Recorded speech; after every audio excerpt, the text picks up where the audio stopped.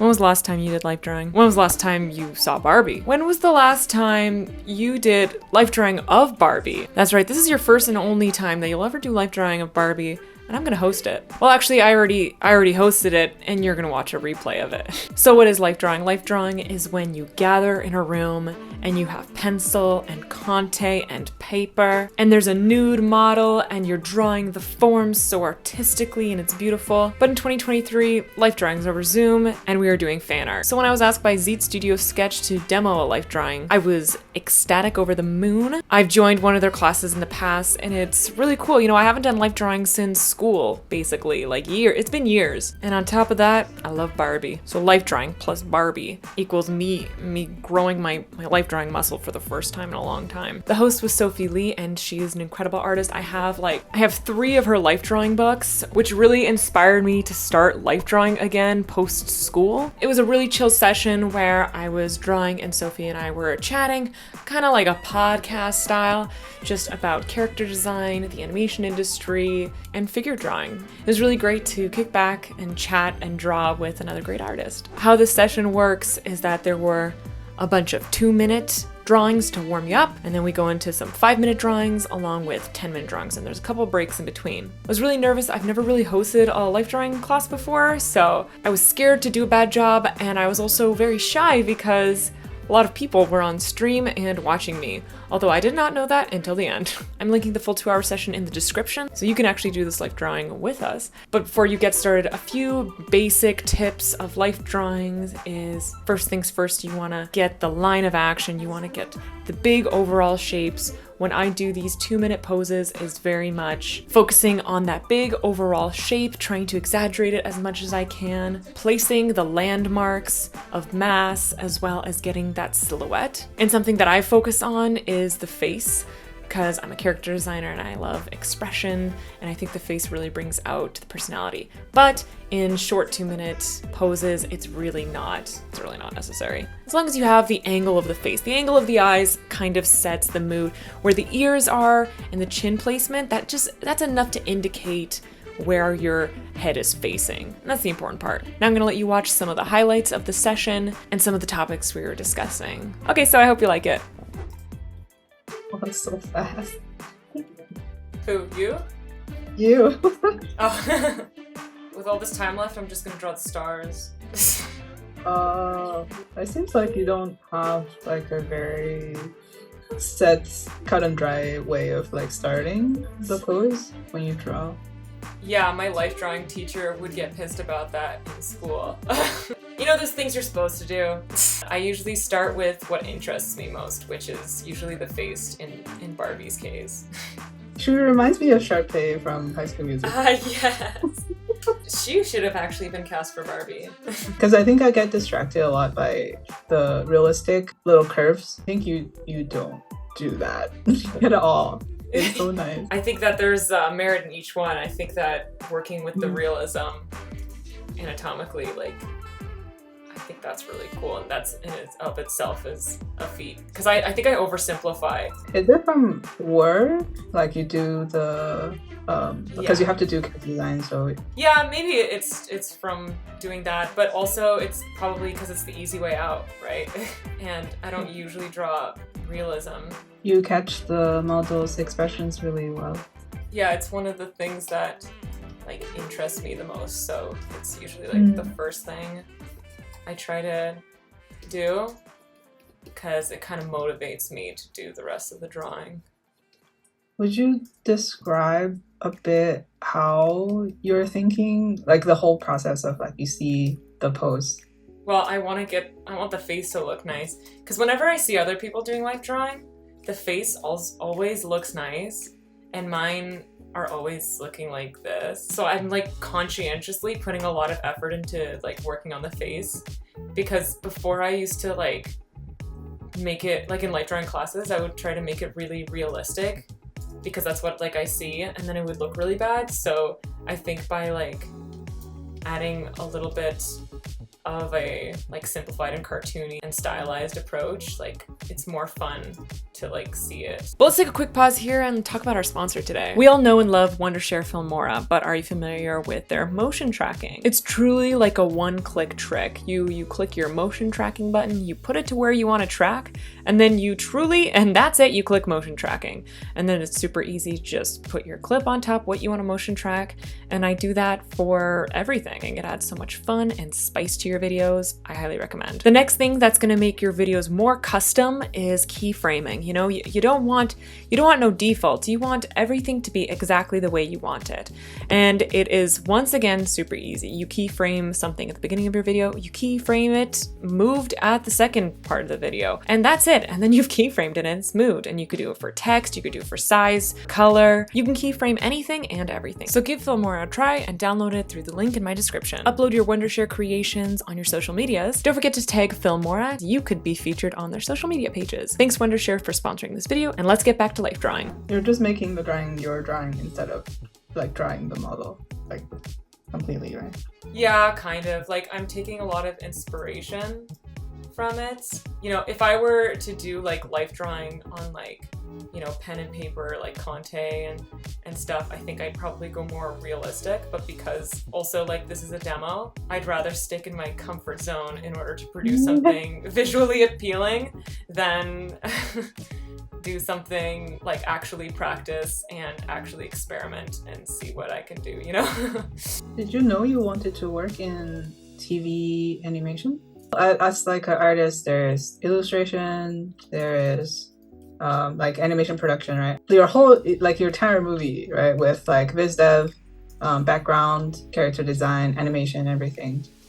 Didn't know that I wanted to do character design until maybe like my third year of uni, but I think I always knew, because I was always drawn to drawing characters. Like I always people drew, like high school and stuff, but like teachers would never quite encourage us to follow paths like visual development or character design, because realistically, like they're more niche positions and their goal is to, you know, get people employed at the end. So they were like, no, don't do character design. You want to be an animator or a storyboard artist or a layout artist or something, right? So I never thought that it was real. And I thought that, here's the thing, I thought that everybody wanted to be a character designer, but not everyone could do it. When I found out that not everyone wanted to be a character designer, that's when like I had a light bulb moment. I was like, oh my God, not everyone wants to be a character designer. It's just me. Maybe that's actually what I want to do then. Oh. That was a nice realization to have. Oh, that's so funny, but very relatable to me.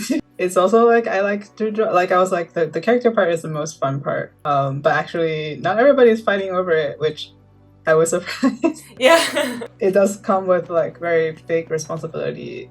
I do think so. When I was starting, I kind of feel like, well, it's impossible. You know, only Shiyun Kim can do character design. Yeah. You know.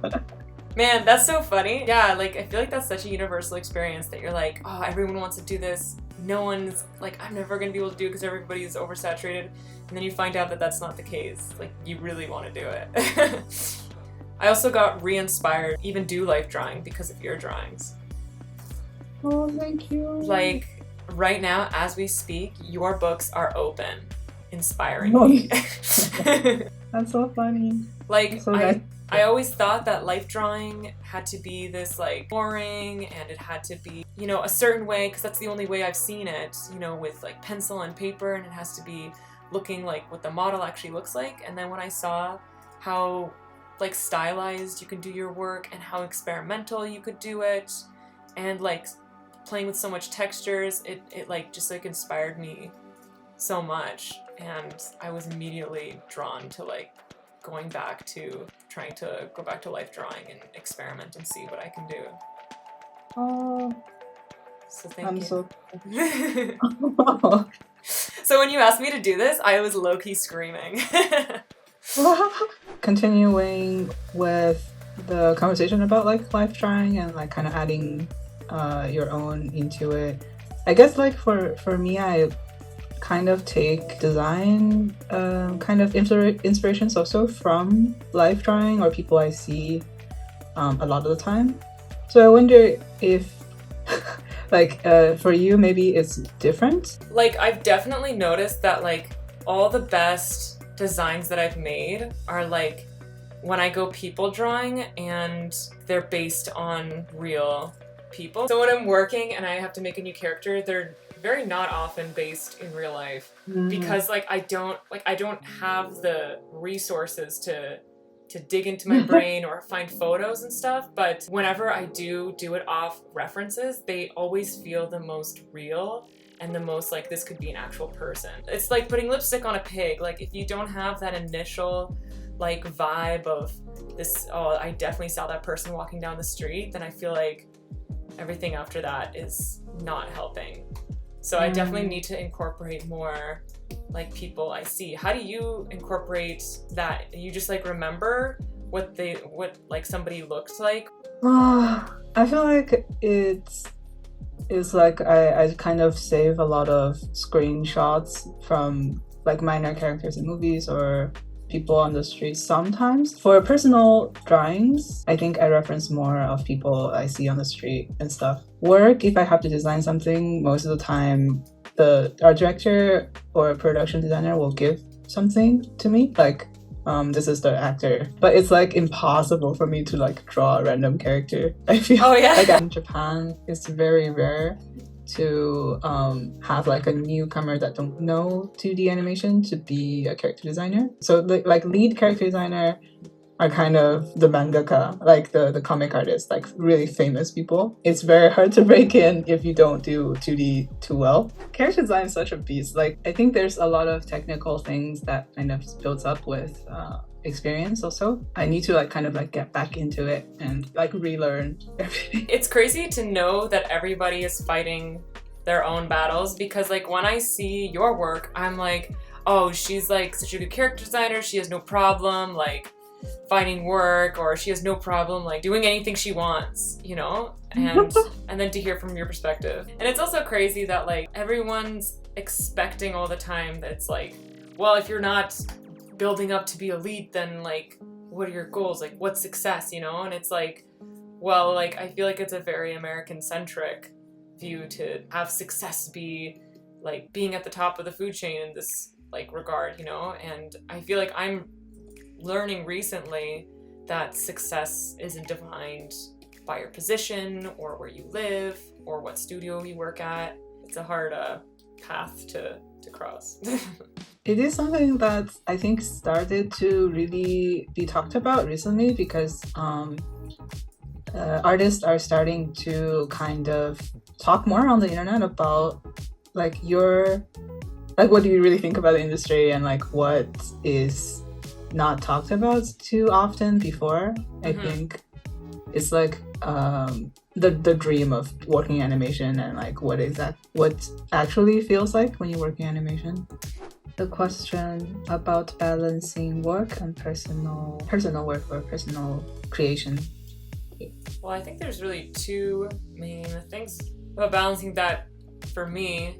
And one is being that, you know, working from home, you know, is a game changer in that sense where I can multitask, I can, you know, choose my schedule, I can be efficient with my time, and also like very motivated to draw because right now, especially in my life, because the work that I do isn't fulfilling in a creative way, I don't feel like burnt out. Like I still have that urge to, that scratched itch that I want to do some personal drawing. You do life drawing every week. Do you feel like it's like a way to relax and like this like fuels your creativeness? Yeah, or is it... that's how I kind of like break away from like what I was doing mentally, like for work or for the project that I was working on. Another time when I was so excited to do life drawing was when I was like also designing. Yeah, it was like in a different style that I normally work in. So I was like, when I'm doing life drawing, I can finally draw in my own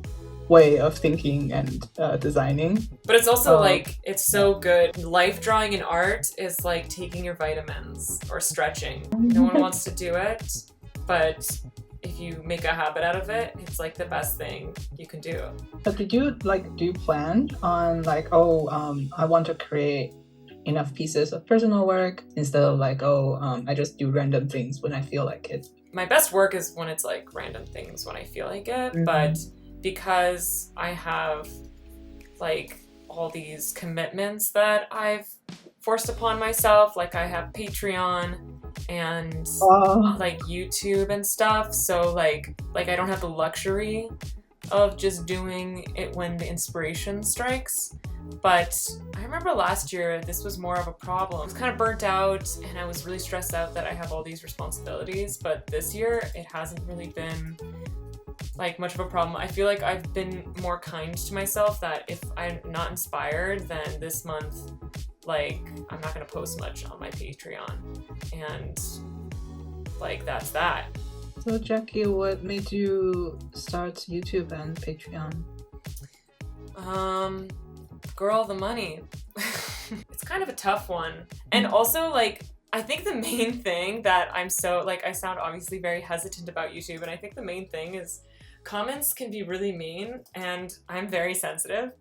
I didn't think I would be affected this much, but unfortunately I am. Even like the smallest thing of saying like, your art sucks, which is like totally random, and I don't believe this random person on YouTube, but like, it's still like, it's still there. It's still there, and TikTok and YouTube are so much less personable than like Instagram. Like no one's mean on Instagram because I feel like it's more like you, like everyone sees it's you, there's a real person. But when you get to like this other part of the internet, it's like people forget you're human and they like don't treat you as such, you know, like you're an online persona at this point. Because I think you're good at teaching or like explaining your process maybe.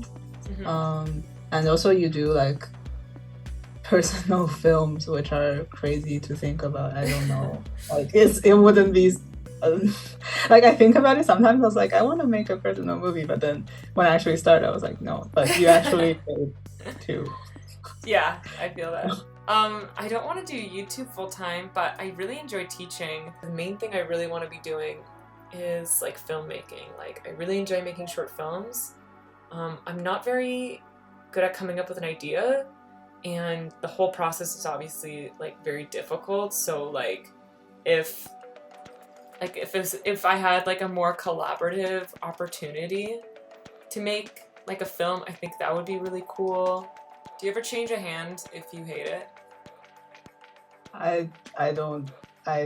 Yes. But now I want to really follow the model's hand, because I feel I change it too often, that I don't practice, how to say, like realistic, not so pretty hand. Yeah. You know what I mean?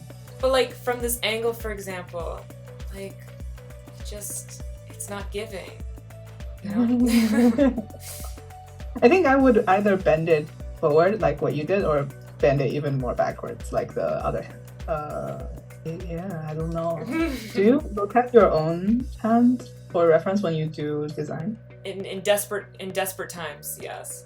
So now that we're finished, I can tell you that there's almost 300 views. Yeah, many people are saying that, you know, they're really excited that we could host you, and it's like a free session. So like they're very, very happy to be able to draw with you. That's so cool. Thank you so much for having me. This was honest. I was really nervous and I thought I was going to do really bad, but like I think I did very well and I had a lot of fun doing it. So after the life drawing session was finished the next day, well, because it ended at midnight, I took some time to basically render out some of these pieces, making it a little bit more like a final piece. I didn't want to finish with line art. I wanted to render it to make it look nice, to make it look cool, to make it look less of, you know, a 3-minute life drawing and more of a finished illustrated piece, because I was really inspired by Sophie, who does that like a lot. That's what her shtick is. That's what she does. She takes her life drawings and she brings it to a new level.